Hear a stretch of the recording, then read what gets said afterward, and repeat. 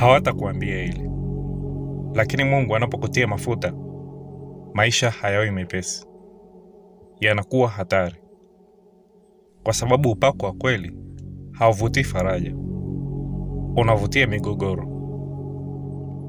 Wakati mbingu inapokuweka alama, kuzimu inaandika kumbukumbu. Na ghafla, mambo yaliyokuwa yanakuja kirahisi sasa yanaanza kubeba ugumu. Watu wanaanza kutokukuelewa. Milango ambayo umezoea ipo wazi sasa inaanza kufunga. Na utajikuta unajiuliza, kwa nini mambo yanabadilika pale ninapoanza kumtii Mungu? Hujafanya chochote kibaya, bali umekuwa tishio. Na kama unahisi kila kitu kwenye maisha yako kinatikisika, inawezekana sio anguko. Ni uthibitisho kwamba wewe ni mpakwa mafuta hatari. Usiogope.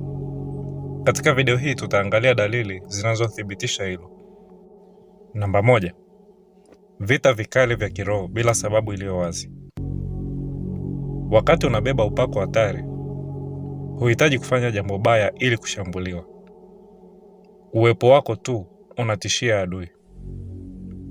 Kuchanganyikiwa ghafla, uzito wa kihisia, au mawimbi ya hofu yanayotokea bila sababu. Si bahati mbaya, ni uthibitisho. Shetani hapotezi nguvu zake kwa watu wa kawaida. Analenga wale wanaobeba mafuta. Ndio maana watu wenye upako mkubwa mara nyingi wanapitia vita visivyoonekana, ambavyo hakuna mtu mwingine anaweza kuona.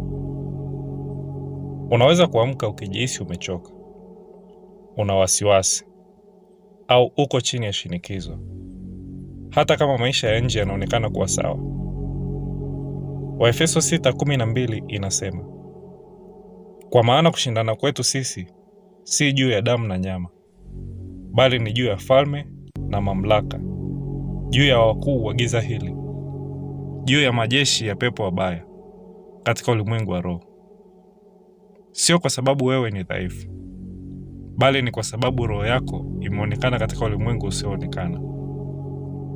Wito wako una uzito, na kuzimu huhisi kabla hata dunia haijauona. Wakati umepewa upako hatari, vita sio uthibitisho wa kutokuwepo kwa Mungu, ni ushahidi wa uwepo wake. Namba 2. Kutengwa na watu unaowapenda. Mungu anapoweka upako hatari juu yako, mara nyingi anakutenga. Si kukuadhibu, bali kukulinda. Kutakuwa na kipindi ambacho watu uliodhani utaenda nao pamoja kwenye safari ya maisha watatoweka ghafla. Marafiki, familia, mahusiano yanaweza kubadilika, na unaweza kuhisi kutokueleweka au hata kukataliwa. Lakini hapa ndipo ukweli ulipo. Kutengwa ni darasa la Mungu. Kabla hajakufunua hadharani, anakusafisha sirini. Mkumbuke Daudi. Alipakwa mafuta kuwa mfalme, lakini akarudishwa kuchunga kondoo. Mkumbuke pia Yusufu. Alichaguliwa kuwa mkuu, lakini akatupwa gerezani. Kutengwa kwao hakukuwa kuachwa, ilikuwa ni maandalizi. Unapokuwa mpakwa mafuta hatari wa Mungu, Mungu anakuficha kwa sababu anajenga nguvu ndani yako. Anaondoa vikwazo, wanaokuchelewesha na kelele, na kukufundisha jinsi ya kumtegemea yeye pekee. Inaumiza, lakini ni muhimu. Hivyo kama umekuwa ukijihisi hauonekani, tambua maana yake. Mbingu hutenga kile kinachokusudiwa kuinuliwa. Namba 3.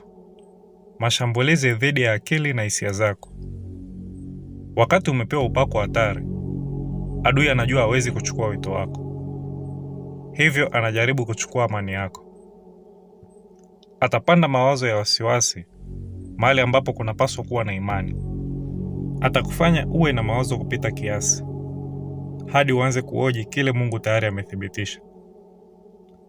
Unaweza kuamka ukiwa na uzito bila sababu. Unaweza kuomba, lakini ukahisi kama mawazo yako ni mazito kuliko roho yako.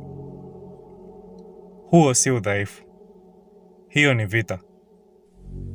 Eliya alikabiliana na jambo hilo hilo. Baada ya kuita moto kutoka mbinguni, alikimbilia jangwani na kumwomba Mungu auondoe uhai wake. Kwa nini? Kwa sababu ushindi mkubwa wa kiroho mara nyingi huvuta mashambulizi ya kiakili. Adui anataka kukuchosha kiakili kabla hujaingia katika muujiza wako unaofuata. Sikiliza, amani yako ni uthibitisho wa nguvu yako. Kadri anavyoshambulia mawazo yako, ndivyo upako wako ulivyo hatari zaidi. Ndio maana Wafilipi 4:7 inasema, na amani ya Mungu ipitayo akili zote itawahifadhi mioyo yenu na nia zenu katika Kristo Yesu. Upako hauondoi vita, unakupa nguvu ya kushinda. Namba 4, kucheleweshwa kusikoelezeka na milango iliyofungwa. Unapobeba jambo kubwa, kuna wakati utaona kama unacheleweshwa. Huko si kukataliwa. Huo ni ulinzi wa Mungu. Wakati mwingine Mungu hufunga milango kabla hujaomba ifunguliwe, kwa sababu anajua kile kilichokuwa kinakungojea nyuma yake. Kila hapana ni ulinzi uliovaa sura ya kujificha. Ndoto ya Yusufu haikuchelewa, ilihifadhiwa.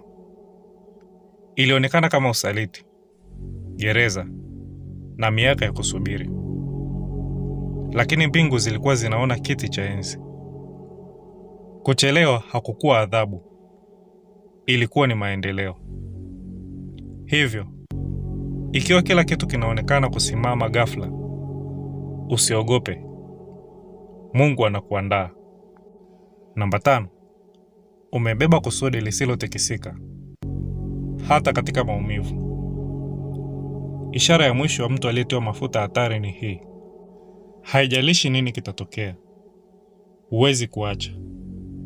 Unaweza kulia, kutilia shaka au kujiona hustahili, lakini kuna kitu ndani yako kinachokataa kukata tamaa. Huo ni ukaidi mtakatifu. Hiyo ni roho yako inakukumbusha kwamba uliitwa kwa hili. Upako hauondoi maumivu, unatoa kusudi. Paulo alisema katika waraka wa pili wa Wakorintho sura ya 4 mstari wa 8, pande zote twadhikika, bali hatusongwi; twaona shaka, bali hatukati tamaa. Hiyo ndio aina ya upako hatari. Shinikizo bila kuvunjika. Unaweza kuhisi umevunjika, lakini hujaangamizwa. Moto ule ule ambao Mungu anautumia kuharibu, ndio huo anaotumia kukufafanua. Na unapojitokeza kutoka humo, hujabeba tu upako. Utakuwa umechaguliwa kubariki, lakini pia umejaribiwa vitani. Ishara hizi zikionekana katika maisha yako, si bahati mbaya. Hauko chini ya mashambulizi kwa sababu wewe ni dhaifu. Uko chini ya mashambulizi kwa sababu umetiwa mafuta. Mbingu imekutambua. Na sasa kila changamoto ni uthibitisho kwamba umebeba kitu hatari kwa ufalme wa giza. Hivyo usiogope. Imarisha imani yako. Kaa katika unyenyekevu. Jiweke tayari. Kwa sababu wakati Mungu hatimaye anafunua kile alichokuwa anajenga ndani yako, kila vita itakuwa na maana. Umepata kitu? Tuambie nini unafikiri kwenye maoni. Vilevile usiache kuonyesha upendo kwa kulike na kusubscribe. Hadi wakati mwingine.